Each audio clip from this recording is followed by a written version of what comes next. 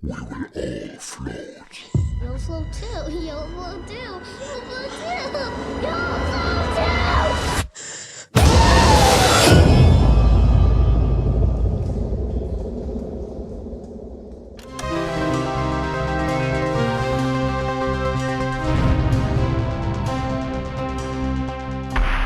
It was released 2 weeks ago and now it's already the biggest horror movie ever, box office wise. So I know that my review is pretty late, but here in Austria it's still not really officially out yet. I've got the chance to see it at the opening of this year's Slash Film Festival, which is a great festival for all kinds of different films in the realm of horror and fantasy. I saw it with a crowd of over 700 people, and on top of that, on the day of Stephen King's 70th birthday. But because I knew I would see the movie later, I used the extra time not only to see the 1990 TV version for the very first time, but also to read the whole book, which is something I normally never do. I'm really not that into fiction when it comes to reading, and I like to see a movie fresh without having the novel back in my head. But this time I was really hyped, and to kick off the Halloween horror season with reading one of the genre's most notorious books sounded pretty intriguing to me, and I haven't regretted it. While I have some issues with the book, overall I really enjoyed the experience, which I can't really say about the 1990 version, which also holds no nostalgia for me as I've never seen it before. There's something I want to address first. Andy Muschietti's new movie is not a remake of the TV version, it's a new adaptation of the book. This might sound like a little thing, but I think it's important to know the difference. But with all that out of the way, let's talk about the movie. It tells the story of 7 young kids living in the small town of Derry, Maine. Roughly every 27 years, a dark evil force feeds on the town and small children are disappearing and brutally murdered. It's also exactly 27 years since the TV version, and we also just reached 2,700 subscribers on the channel. I will give you my overall thoughts on it first. It was a mixed bag, and there are parts that I absolutely loved and parts that didn't really work for me. What I enjoyed, and it almost feels redundant to say at this point, were the kids. The casting for this movie is outstanding, and I especially love the performance of Jeremy Ray Taylor as Ben Hanscom. He captured the nature of that character perfectly, but I can't say anything negative about any of them. But what I will address is the character of Mike Hanlon, because he felt kind of empty. In adapting the material for the big screen, they took Mike's most important trait, his investigating of the town's history, away from him and gave it to Ben, which makes sense in light of the movie because Ben likes to spend time in the library, and this way they could combine those elements naturally. But there wasn't really a good enough compensation for Mike's character. This is one of the most difficult challenges with adapting such a giant book.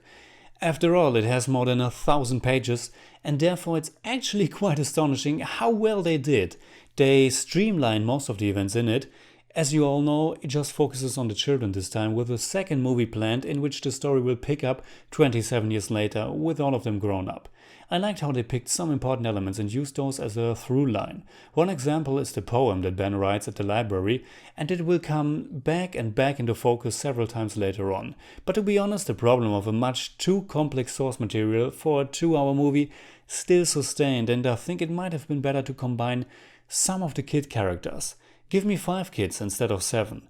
Even in the giant book, it sometimes felt as if some were just there without contributing that much all the time.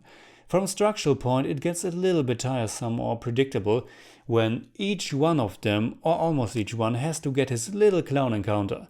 In the TV version it was much worse, but the issue still exists here, even though to a smaller degree. The storytelling also wasn't all that tight all the time, and there are several occasions where the transitions from one scene to the next felt a little bit rough. Something that maybe hasn't been touched on all that much so far in other reviews are the bullies. Henry Bowers and his friends Belk and Victor. Bowers in the book is pretty much the Antichrist, a person so evil that he's very much a caricature. But I don't mean that all that negative, because the book, even with its mostly great understanding of childhood, is very pulpy, and I actually like that a lot. In the course of the story, Bowers gets even crazier than he already is at the beginning, and in the end he completely loses it and is ready to kill each one of them. In both movies I have no problem with the performance itself. Well, in the 1990 version this only goes for the kid. The one in the second half is a disaster. But this time Henry is played by Nicholas Hamilton, who you might know from the movie Captain Fantastic. Because of the shorter time spent to tell the story, I thought they didn't live up to his potential. He was kind of menacing, but since he was bested by our heroes very quickly, and especially since his role in the finale is reduced to a few minutes, it wasn't that satisfying to me. But that's from the perspective of someone who enjoyed him a lot in the book. The same goes for his friends, who are cut completely from the final showdown. And I know I first suggested to make some cuts to streamline the movie even more, and now I complain about them not being in it enough, but since Henry felt a little bit wasted in the end as well, it was really disappointing. Since it itself, Pennywise the Dancing Clown and his many incarnations work primarily on the level of fear and nightmares, a little bit like Freddy Krueger, but then again still very real in our realm as well, Henry and the other bullies are an actual physical threat. At least to me, in the book they added a lot of that increasing tension and overall feeling of doom. And this was something that was lacking for me. This is an R-rated horror film, and to be honest I was expecting a lot more terror and fright. Pennywise and Bill Skarsgard's performance were alright. I liked some parts, like the way he moved his body. I disliked others, like his strange and at times Scooby-Doo-like voice.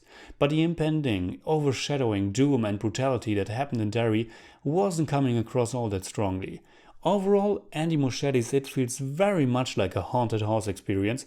There's even one in it that could be lifted directly from a fair. And to be fair, the book has that feeling as well to a degree, as King throws in all kinds of different monsters and fears. But this really is a coming-of-age story first, and a pretty neat one, and only then a horror movie. And I give them credit for getting that theme of the novel right. And of course it's also very subjective as to what will frighten someone, but at least for me, this felt like a case of have seen that before.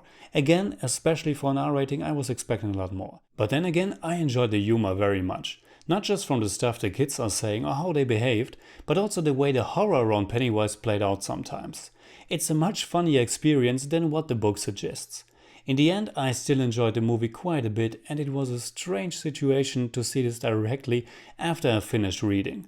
It was very interesting this way from a storytelling perspective to see just how the hell they could adapt something this big into a somewhat cohesive movie, and I'm even more curious to see how they adapt the rest of it when the sequel comes out in 2 years. After all, that one will play in our modern day and age. In German I'd say, der neue It ist vor allem eine toll gespielte Coming-of-Age-Geschichte und der Horror kommt nicht ganz so stark rüber, aber immerhin gibt es eine Schildkröte, als Lego. I give it 7 out of 10. It's more like 6.9, but I don't do that.